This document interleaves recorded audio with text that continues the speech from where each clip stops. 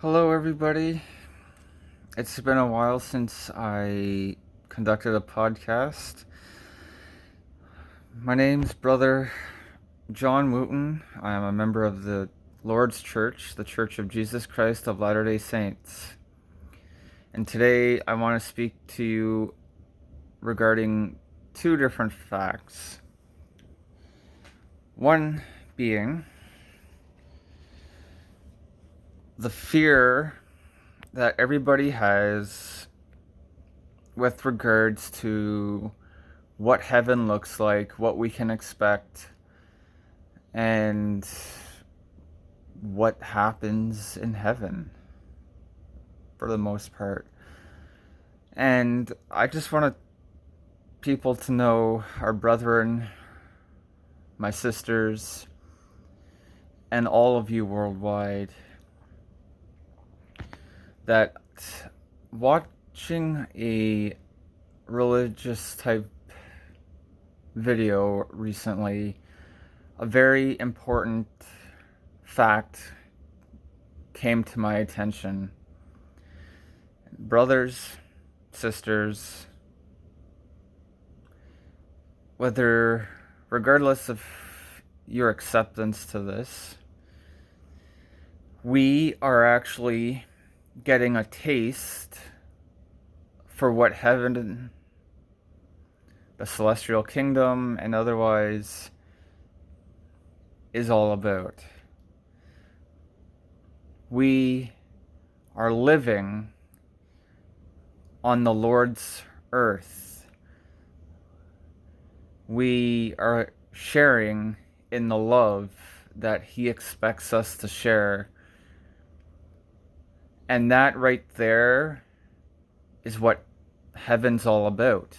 That right there is but a piece of what heaven is all about. So, for those of you who are actually afraid to open your minds and your hearts to what heaven is, look at the now, the future, and the past. Look at everything that has ever been done for us. This beautiful planet. It's no different than the celestial kingdom, the highest of highs.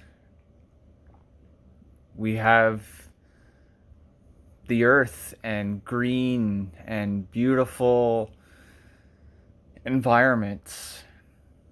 I think that's part of the best taste of heaven that we can get, aside from the love we share with one another.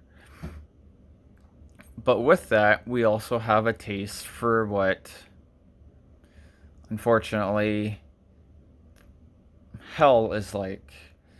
For look at all the chaos going on right now.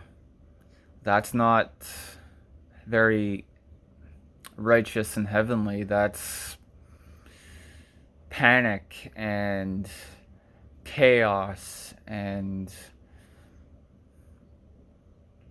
basically people making poor choices. So I encourage you all to pray on this, to really give this deep, heartfelt thought, and hopefully realize that we are getting but a sample of what heaven is going to be like for us, or what hell's going to be like for us based on our choices.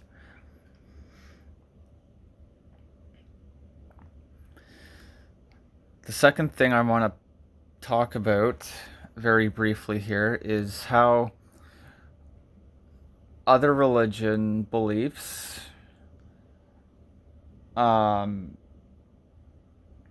believe that we are born with what's called natural sin.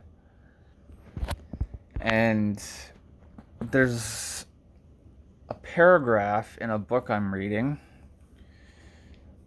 that talks about how different religious beliefs and religious paths and churches came about and were created. And I'm just going to read part of this because I think this is a very important message to share with everybody. It says, "Man was not elected by God to heaven, nor consigned by him to hell, nor did man inherit the sin of Adam. Rather, man was born good and was morally good by nature. He became evil by association with a corrupt environment. The advocates of these ideas contended that to reform man, his environment must be modified." So that right there, brothers and sisters worldwide, tells me, as I'm sure it will reach out to you as well, that there is no natural sin. If this is what you believe, then that's obviously your choice, your decision. But this is factual. We are not born with sin. We do not inherit the sin of Adam. Between the ages of infant to 8 years old, we don't know the difference between right and wrong. We are not capable of sin. So how is it that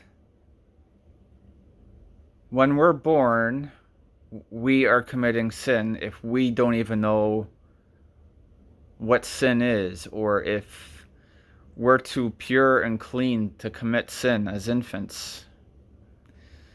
This is why it's important for our children to be baptized from the ages of 8 and up, not beforehand. So again, if you live a religious path, make the choice of living different religious lives, which is fine,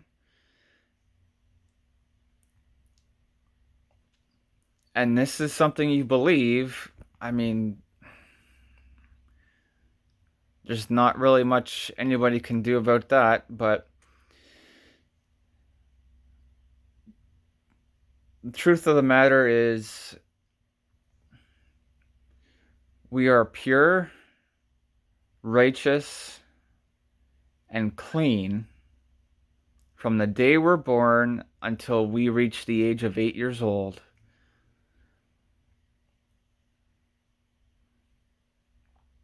Whereby we are clean,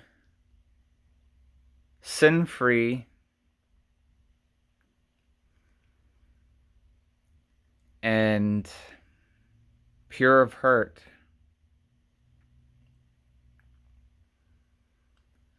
So I encourage you all to pray on this and seek these answers for yourself. Seek the truths behind what I have spoken of today. And I promise you will find the answers you desirefully seek.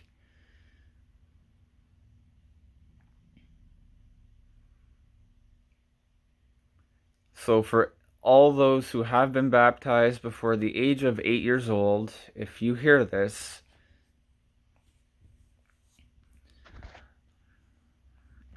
I encourage you